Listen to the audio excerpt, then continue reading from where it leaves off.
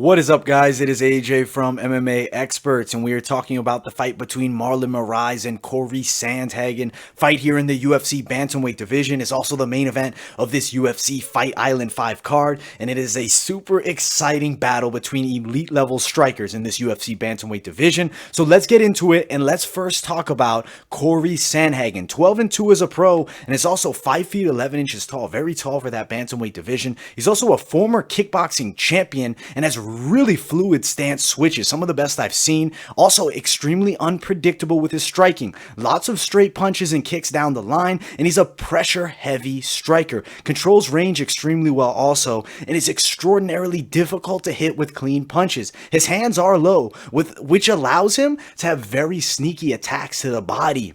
I think that's going to play a factor in this fight here as well. Now, also good in the clinch, being taller than most of his opponents, will have the leverage advantage. Now, his opponent, Marlon Moraes, a very dangerous striker as well. Brazilian Thai style. Watch out for Marlon Moraes' left switch kick. He put Jimmy Rivera to sleep with that, and that was brutal. It was in about 30 seconds.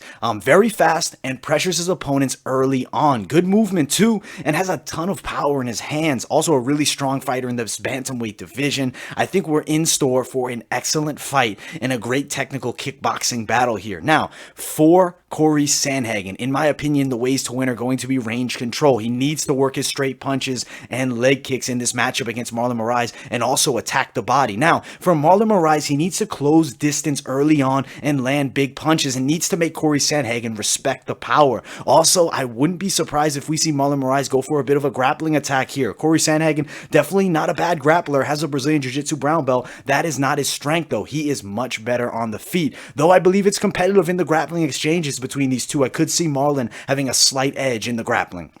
Now, weakness for both men seems to be very different. For Marlon Moraes, I believe his weakness is fighting off the back foot. Now, for Cory Sandhagen, I think he's going to struggle if you get this fight to the mat early and look for submissions. Marlon Moraes maybe has to go with an unorthodox game plan, maybe go out there, try to do similar to what Aljamain Sterling did, get the back of Cory Sandhagen early and look for a rear naked choke. I don't think he's going to be able to do it, though. He's not at the level of the grappling as Aljamain Sterling. I think Cory Sandhagen ends up winning this fight. I think he does so by TKO. I think he gasses Marlon out going into the third round. I think he lands a lot of beautiful straight punches down the line, and I think we see a fourth round TKO victory for Cory Sandhagen over Marlon Moraes here. Now, Sandhagen surprisingly is the favorite, even though Marlon Moraes, the more well-known fighter. Sandhagen sitting at a -135 favorite to Marlon Moraes at a +115 underdog. They should be that close. This is a very competitive matchup, but Cory Sandhagen has the gas tank, and that makes the significant difference in a 5-round fight.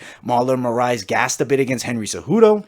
He was pieced up a bit by the pressure-heavy attack against Jose Aldo. Even though he went on to win that fight, I still feel as though Jose should have probably got the nod, and I think Marlon Moraes is going to lose this fight here against Cory Sandhagen, and I cannot wait to see it. I believe Sandhagen, even though he's coming off a disappointing defeat to Aljamain Sterling by submission very quickly in the first round, I still see Cory Sandhagen as a legitimate threat to Petr Yan, the world champion, and I believe most bantamweights. He's taller than most of them. I believe his grappling is good enough to defend off most of the attacks. Yes, Aljamain Sterling got him with something, but I believe if they ran it back, it's a different outcome, and I definitely feel Cory Sandhagen fights for a title sometime in the next 2 years. But alright guys, that is pretty much it for this video. I hope you guys enjoyed. Make sure you like, subscribe, turn on those post notifications. Also guys, follow my social media, Instagram, Twitter, and I'll see you all in the next video.